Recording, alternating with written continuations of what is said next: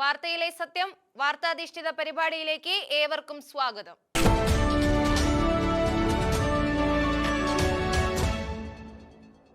ഇസ്ലാം മത വിശ്വാസികളെല്ലാം ബലിപെരുന്നാൾ ആഘോഷത്തിന്റെ തിരക്കിലായിരുന്ന പോയ വാരത്തിൽ കേരളത്തിലടക്കം ഇന്ത്യയിലെ പ്രധാനപ്പെട്ട കേന്ദ്രങ്ങളിൽ ജമാഅത്ത് ഇസ്ലാമിയുടെ പോഷക സംഘടനകൾ നേതൃത്വം കൊടുത്ത ഒരു പ്രതിഷേധ സമരം എല്ലാ അർത്ഥത്തിലും കനത്ത മൈലേജ് നേടിയാണ് ശ്രദ്ധിക്കപ്പെട്ടത്.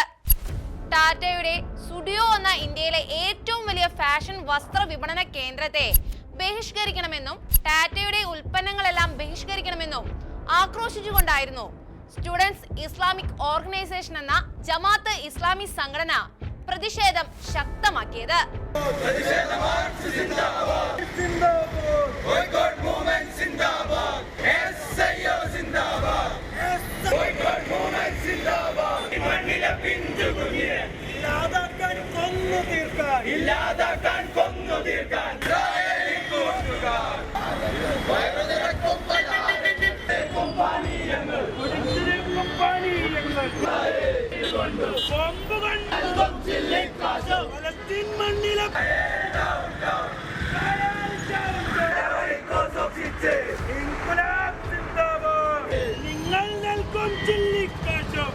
പാപശുദ്ധീകരണത്തിനുള്ള പുണ്യകർമ്മങ്ങളുടെ അനുഷ്ഠാന കാലത്ത് എന്തിനാണ് ഇത്തരമൊരു പ്രതിഷേധങ്ങളും ബഹിഷ്കരണ ആഹ്വാനവുമായി മൗദൂദി പക്ഷം മുമ്പോട്ടിറങ്ങിയതെന്ന ചോദ്യം ഏവരും ഉയർത്തി.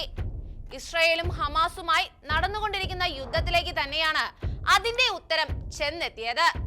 പെരുന്നാളിന് സ്റ്റുഡിയോയിൽ കയറി തുണിത്തരം വാങ്ങിയാൽ ആ കാശ് സ്റ്റുഡിയോ ഇസ്രായേലിന് കൊടുക്കുമെന്നും ഇസ്രായേൽ അതുകൊണ്ട് ബോംബ് ഉണ്ടാക്കുമെന്നും അതിനാൽ ടാറ്റയുടെ ഫാഷൻ ഔട്ട്ലെറ്റ് ആയ സ്റ്റുഡിയോയിൽ മേലിൽ ആരും കേറരുതെന്നും 10 പൈസയുടെ കച്ചവടം അവർക്ക് കൊടുക്കരുതെന്നുമായിരുന്നു മൗദൂദി സമൂഹത്തിന്റെ തിട്ടൂരം.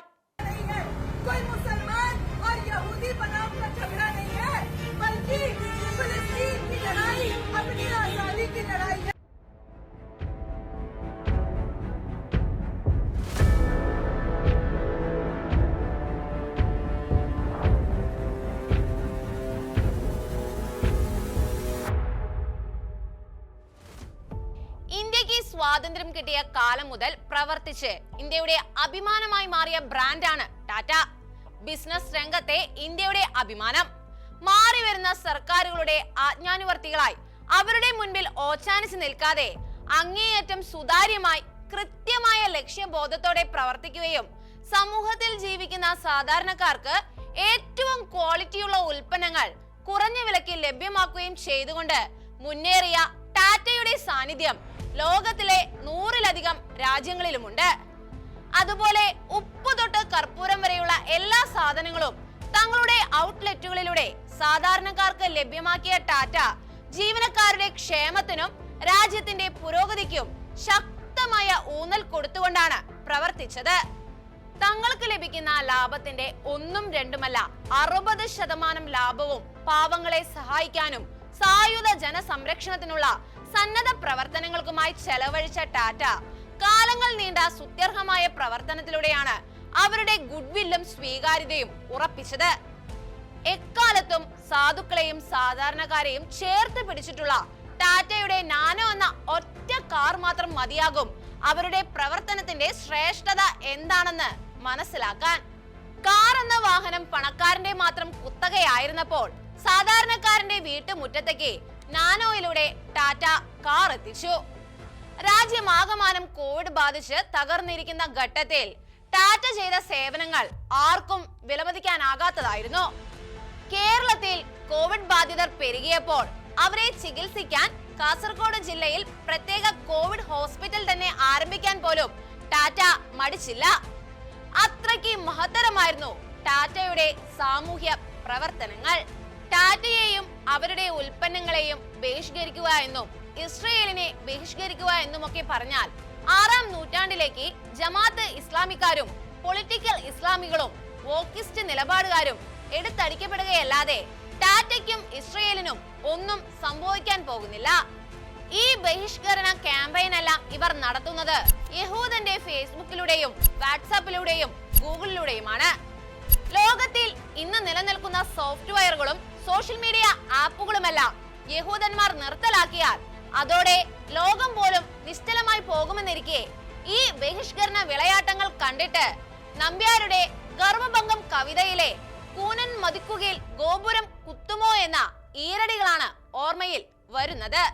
പിന്നെ ടാറ്റ ഒരു ഭാഗത്ത് ബഹിഷ്കരണ ആക്രോശങ്ങൾ പൊടിപൊടിക്കുമ്പോൾ ടാറ്റയുടെ വിസ്താരയിലും എയർ ഇന്ത്യയിലും യാത്ര ചെയ്ത് ഗൾഫ് രാഷ്ട്രങ്ങളിലേക്ക് ആളുകൾ പോയിക്കൊണ്ടിരുന്നു. ഹജ്ജ് ആയിരുന്നതുകൊണ്ട് അത് കൂടുതലായിരുന്നു. പിന്നെ അവരുടെ കയ്യിലിരുന്നത് ടാറ്റ ഇഷ്യൂ ചെയ്യുന്ന പാസ്പോർട്ട് ആയിരുന്നു എന്നതും മറ്റൊരു യാഥാർത്ഥ്യം. ചുരുക്കി പറഞ്ഞാൽ വായാട്ടം പോലെ അത്ര എളുപ്പമല്ല ടാറ്റ ബഹിഷ്കരണം. ഇത്തരത്തിൽ ടാറ്റയുടെ സ്പർശമില്ലാതെ മുൻപോട്ടു പോകാൻ ഇന്ത്യയിൽ ആർക്കും കഴിയില്ലെന്ന് ഉറപ്പാണെങ്കിലും അവരുടെ സേവനം അനുഭവിച്ചിട്ടുള്ളവരിൽ ചിലർ ആ സ്ഥാനത്തിനെതിരെ രംഗത്ത് വന്നിരിക്കുന്നത് അങ്ങേയറ്റം കൗതുകരമായി മാറിയിരിക്കുകയാണ്. ഏതായാലും മൗദൂദികളുടെ പ്രതിഷേധം കൊണ്ട് സ്റ്റുഡിയോയ്ക്ക് റെക്കോർഡ് കച്ചവടമാണ് ഈ ദിവസങ്ങളിൽ ലഭിച്ചത്. സ്റ്റോക്ക് തികയാതെ വരികയും ആളുകളെ ഉൾക്കൊള്ളാൻ ഇടമില്ലാതെ വരികയും ചെയ്തതോടെ കേരളത്തിൽ കൂടുതൽ സ്റ്റുഡിയോ ഔട്ട്ലെറ്റുകൾ കൂടി തുറക്കാൻ ടാറ്റ നിർബന്ധിതരായിരിക്കുകയാണ്.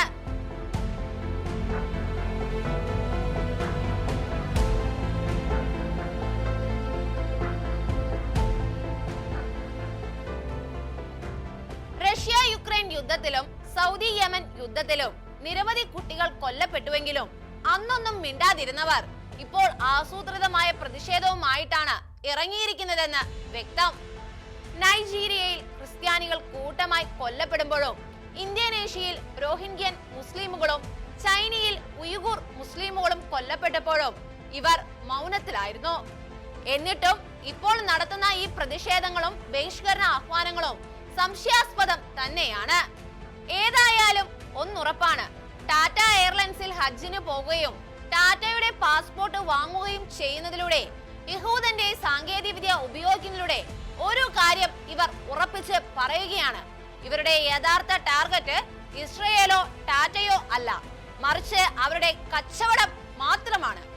അതെ, പൊളിറ്റിക്കൽ ഇസ്ലാമിസ്റ്റുകളുടെ ഈ അഴിഞ്ഞാട്ടം തങ്ങളുടെ കച്ചവടം കൊഴിപ്പിക്കുവാനുള്ള കൃത്യമായൊരു കച്ചവട തന്ത്രമായിരുന്നു എന്നത് ഏറെക്കുറെ ഉറപ്പായിരിക്കുകയാണ്.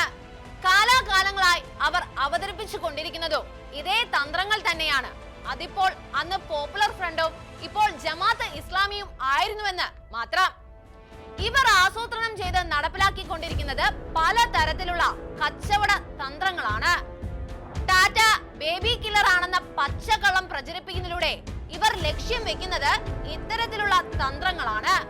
ഹലാൽ എന്ന ഇസ്ലാം മതത്തിൽ അധിഷ്ഠിതമായ ഒരു പാരലൽ എക്കണോമിക്കൽ അറ്റ്മോസ്ഫിയർ കൊണ്ട് വ്യാപാര മേഖലയെ ഒന്നടങ്കം വിഴുങ്ങുക എന്നുള്ളതാണ് ഇത്തരക്കാരുടെ ഏറ്റവും നിഗൂഢമായ അജണ്ട. ഹലാൽ വ്യവഹാരങ്ങളിലും വിശ്വാസത്തെ കച്ചവടത്തിലേക്ക് കൂട്ടിക്കെട്ടിക്കൊണ്ട് ഇത്തരത്തിലുള്ള മാന്യമല്ലാത്ത കച്ചവട തന്ത്രങ്ങളാണ് ഇവർ കാട്ടിക്കൂട്ടിയത്. തങ്ങളുടെ ആധ്യാത്മികതയുടെ ചുറ്റുവട്ടത്ത് ഒതുങ്ങി നിൽക്കേണ്ടിയിരുന്ന ഒരു ഹലാൽ എന്ന ആശയത്തെ പൊതു ഇടത്തിലേക്ക് ആദ്യം തന്നെ തുറന്നു വെച്ചു.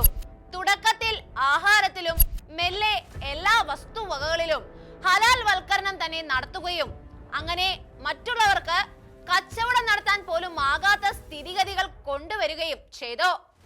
ലോകമാസകലം ആസൂത്രിതമായി അവതരിപ്പിച്ച ഇത്തരം ഹലാൽ നീക്കങ്ങളിലൂടെ ഇവർ കൂട്ടിയെടുത്ത ആസ്തി എന്നത് ഏറെക്കുറെ 2 ട്രില്യൺ US$ മതിക്കുന്നതാണെന്നാണ് കണക്കുകൾ. ഭരണഘടന ഉറപ്പു തരുന്ന അവകാശ തുല്യത അട്ടിമറിച്ചുകൊണ്ട് തന്നെയാണ് എക്കാലത്തും ഹലാൽ അധിനിവേശങ്ങൾ ഉറപ്പിക്കപ്പെട്ടിട്ടുള്ളത്. ഹലാൽ എന്ന വാക്കിന് അനുവദനീയമായതെന്നാണ് അർത്ഥം. അതിന്റെ നേർ വിപരീതമായതാണ് ഹറാം അഥവാ അനുവദനീയം അല്ലാത്തത്. ഇവിടെ വിവക്ഷിക്കുന്ന അനുവാദവും നിഷേധവുമെല്ലാം ഇസ്ലാം മതത്തിന്റെ അടിസ്ഥാനത്തിൽ അവരുണ്ടാക്കിയിരിക്കുന്ന അതിരും വരമ്പുമാണ്. ഇത് കാശ് മുടക്കി മാർക്കറ്റിൽ സാധനം വാങ്ങാൻ വരുന്ന ഹിന്ദുവിനും ക്രിസ്ത്യാനിക്കും ഒരു തരത്തിലും ബാധകമാകരുതാത്തതാണ്. എന്നാൽ ആസൂത്രിതമായ ഹലാൽ വൽക്കരണം സമൂഹത്തിൽ ഉളവാക്കുന്നത് കടുത്ത വേർതിരിവും വിവേചനവും തന്നെയാണ്.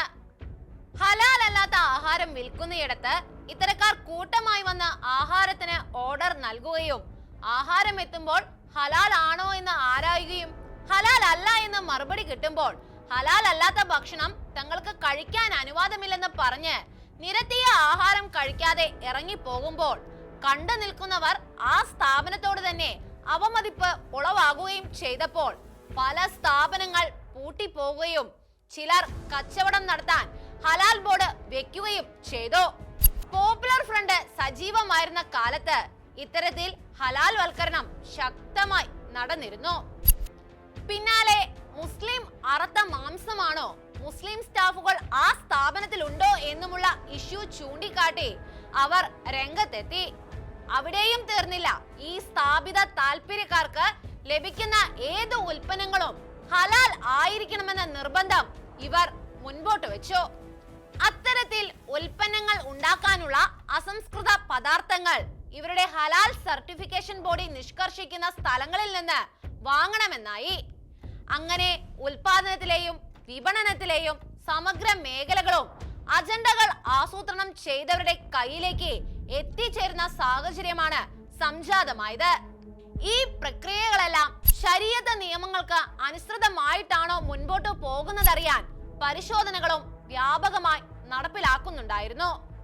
ഇടയ്ക്ക് ഒന്ന് നിശബ്ദമായി പോയെങ്കിലും ഇത്തരത്തിൽ പല കച്ചവടങ്ങൾ പൂട്ടിക്കെട്ടപ്പെടുകയും കച്ചവട കുത്തകകളെ ഹൈജാക്ക് ചെയ്യപ്പെടുകയും ചെയ്ത അതേ അജണ്ട തന്നെയാണ് ഇപ്പോൾ വേറൊരു രൂപത്തിൽ സ്റ്റുഡിയോക്കെതിരെ ഇപ്പോൾ അവതരിപ്പിച്ചിരിക്കുന്നത്. പാലസ്തീൻ വികാരം കത്തിച്ച് മതത്തിന്റെ പേര് ഉയർത്തിക്കാട്ടി സ്വന്തം കച്ചവടങ്ങൾ കൊഴിപ്പിക്കുക, മറ്റുള്ളവരുടെ കച്ചവടം തകർത്ത് കളഞ്ഞിട്ട് അത് പിടിച്ചെടുക്കുക എന്നതാണ് ഇവരുടെ ലക്ഷ്യം. പക്ഷേ സ്റ്റുഡിയോയ്ക്ക് നേരെ നടത്തിയ കോലാഹലങ്ങൾ ബൂമറാങ്ങായി മാറുകയും 10 പൈസ ചെലവാക്കാതെ കോടികൾ മതിക്കുന്ന പരസ്യം സ്ഥാപനത്തിന് കിട്ടുകയും അത്ഭുതപൂർവമായ കച്ചവടം അവർക്ക് ലഭിക്കുകയും ചെയ്തു. സ്വാഭാവികമായും അടുത്ത കുതന്ത്രങ്ങൾ മെനയാനും സമരത്തിനും ബഹിഷ്കരണത്തിനുമുള്ള ഗൂഢാലോചനയിലായിരിക്കണം അവർ.